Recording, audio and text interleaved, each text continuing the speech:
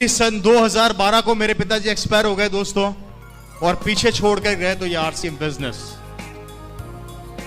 आज उनकी मेहनत के कारण ये रवि शर्मा जो आज आपके सामने खड़ा है, पूरी जिंदगी बदल गई मेरी।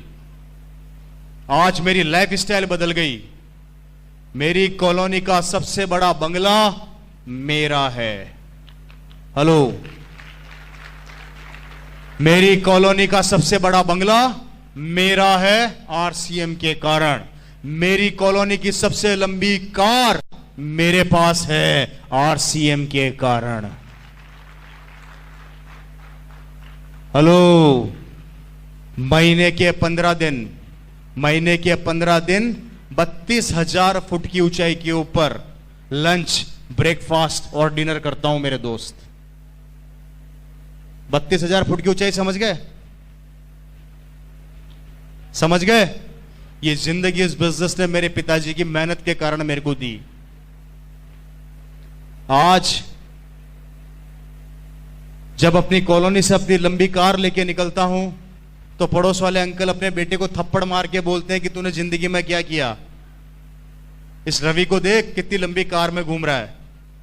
तो पड़ोस वाला बेटा अपने पापा को बोलता है कि पिताजी थप्पड़ तो मार दी, बहुत अच्छी बात है।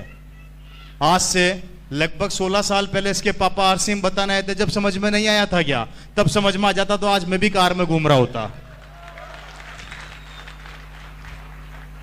इस बात से यह समझाना चाहता हूं कि आज अगर आरसीएम समझ में आ गया तो भविष्य में आपका बेटा कार में घूमेगा। लेकिन अगर आज आरसीएम समझ में नहीं आया तो याद रखना, किसी की लंबी गाड़ी देखोगे और अपने बेटे को यही कहोगे कि तेरे पापा के पास भी आरसीएम आया था, तेरे पापा ने नहीं किया, उसके पापा ने कर लिया, आज उसकी जिंदगी बदल गई, वो लंबी कार में घूम रहा है। मेरे भाई, ये आज मेरी कॉलोनी के अंदर होता है। मेरी कॉलोनी का सबसे बड़ा बंगला मेरा है, सबसे लंबी गाड़ी मेरे पास है, जिंदगी बदल के रह गई। लेकिन आज पड़ोसी वही काम कर रहा है जो पिछले 16-17 साल पहले करता था। आज भी नौकरी पर जाता है और नौकरी से आता है, और हम 15 दिन काम करते हैं और 15 दिन आराम करते हैं। यह है आरसीएम बिजनेस की ताकत, जो आपकी जिंदगी को बदल के रख देती है मेरे दोस्त। बताइए, डिसीजन लेना चाहिए या नहीं लेना चाहिए? काम करना चाहिए या नहीं करना चाहिए? नहीं करोगे तो करोगे क्या? आप बता दो। आरसीएम नहीं करोगे तो क्या करोगे? जो कर रहे हो वही करोगे, राइट? और जो कर रहे हो उससे जिंदगी बदलती है तो मैं खुद कहता हूं आरसीएम मत करो। लेकिन अगर उससे जिंदगी नहीं बदलती है तो मैं कहता हूं कि आरसीएम कर लो। खोने के लिए कुछ नहीं है, पाने के लिए बहुत कुछ है। आपको करोड़ों रुपए नहीं लगाने, आपको अरबों रुपए नहीं लगाने, आपको कुछ भी नहीं लगाना, आपको डिसीजन बदलना है। मेरे दोस्तों, बचपन से हल्दी, धनिया, मिर्ची, तेल खाते आ रहे हैं। बचपन से हमारे खरीदा, हमारे से पहले हमारे दादा ने खरीदा, उनके परदादा ने खरीदा।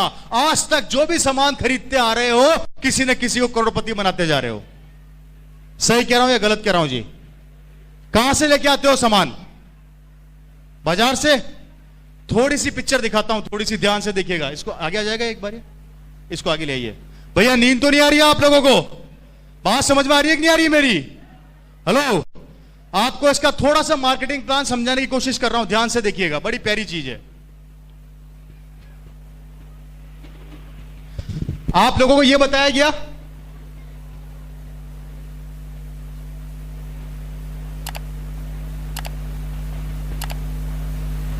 ऐसे बताते हैं हम लोग, यही बताते हैं जी। 10 रुपए की, सॉरी 5 रुपए की चीज बनी, 10 रुपए में मार्केट में बिक गई, यही बताते हैं हम लोग। 5 रुपए बिचौलियों के पास चला गया, यही बताते हैं हम लोग।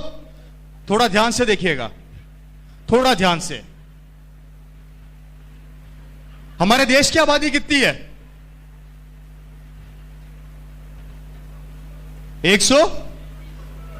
120 करोड़।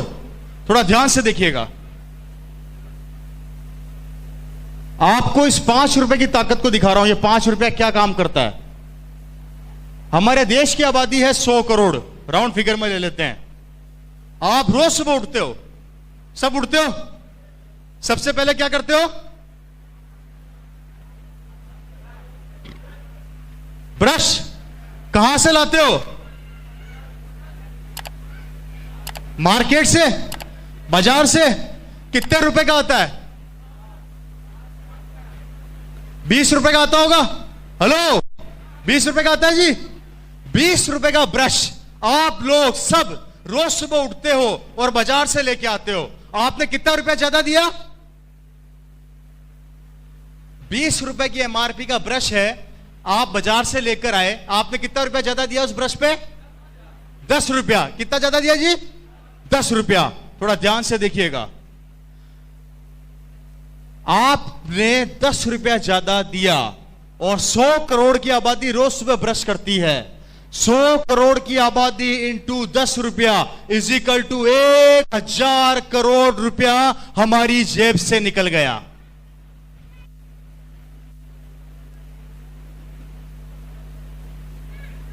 कैसा लगा?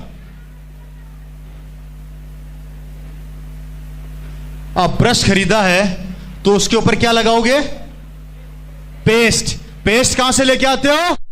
बाजार से। 30 रुपए का पेस्ट आता है, 15 रुपया ज्यादा दिया और वही 100 करोड़ की आबादी ने फिर ब्रश किया। 15 रुपया इज इक्वल टू 1500 करोड़ रुपया हमारी जेब से फिर निकल गया। कैसा लगा भाई? बात समझ में आ रही है कि नींद आ रही है भाई? है जी? आ रही है ना? कितना रुपया निकला? आप नहाते भी होंगे, साबुन कहां से लाते हो? फिर बाजार से लेके आते हो। मेरी बात को ध्यान से समझना मेरे भाई, हम सुबह से शाम तक कम से कम हजारों प्रोडक्ट बाजार से लेकर आते हैं, जिसका नतीजा देखो क्या होने वाला है। 100 करोड़ की आबादी साबुन बाजार से लेके आती है। अगर 20 रुपए का साबुन आता है तो आपने फिर 10 रुपया ज्यादा दिया, इज इक्वल टू 1000 करोड़ रुपया। इससे आगे नहीं बताऊंगा। अगर सारे दिन की कैलकुलेशन बता दी तो पागल हो जाओगे। आप सिर्फ उठे, आपने ब्रश किया, उस पे पेस्ट लगाया और नहाए, हमारी जेब से पैसा निकला लगभग 3500 करोड़ रुपया। और ये 3500 करोड़ रुपया निकल के इन बिचौलियों की जेब में चला गया, जिसका नतीजा है ये लोग बड़े बड़े बंगलों में रहते हैं, बड़ी बड़ी गाड़ियों में घूमते हैं, इनके बच्चे बड़ी बड़ी स्कूलों में पढ़ते हैं, ये लोग विदेशों की यात्रा करते हैं। गरीबी क्या होती है इन्हें नहीं पता होता। इनके बच्चे बड़ी बड़ी स्कूलों में जाते हैं, ये जिस चीज पे हाथ रखते हैं इनकी हो जाती है। और आप और मैं जो इनको ये करोड़ों रुपया देते हैं, यहीं पे पड़े पड़े सड़ते रहते हैं, मरते रहते हैं, समझौता करते रहते हैं, लोगों के आगे गिड़गिड़ाते रहते हैं, भीख मांगते रहते हैं, रिक्वेस्ट करते रहते हैं, उधार मांगते रहते हैं, लोन मांगते रहते हैं और लोन चुकाते चुकाते एक दिन भगवान को प्यारे हो जाते हैं। यह है हमारे मार्केट का कड़वा सत्य, जिसे हम नहीं समझना चाहते। कैसा लगा?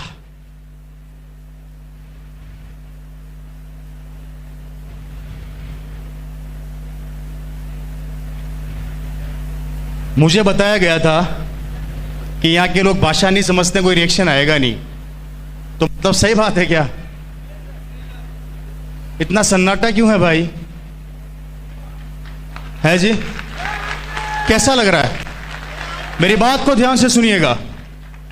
ये वो 3500 करोड़ रुपया है जो इनके पास जा रहा है और हम दे रहे हैं और हम देते रहेंगे। हमने दिया, हमारे दादा ने दिया, हमारे परदादा ने दिया, हमारे बच्चे भी देंगे और उनके बच्चे भी देंगे। देना तो पड़ेगा, देना तो पड़ेगा। और आरसीएम कहती है इस 3500 करोड़ का 40% पैसा अगर मैं आप लोगों में बांट दूं, कितना होता है जी?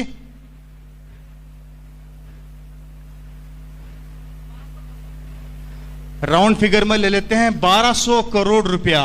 ये 1200 करोड़ रुपया अगर आरसीएम हम लोगों में बांट देती है तो हमें कहा जाता है हम पागल बनाने आ गए हैं, और दुकान वालों को कहा जाता है कि वो पागल नहीं बना रहे हैं। अब दिमाग खुद लगा लो कि पागल कौन बना रहा है।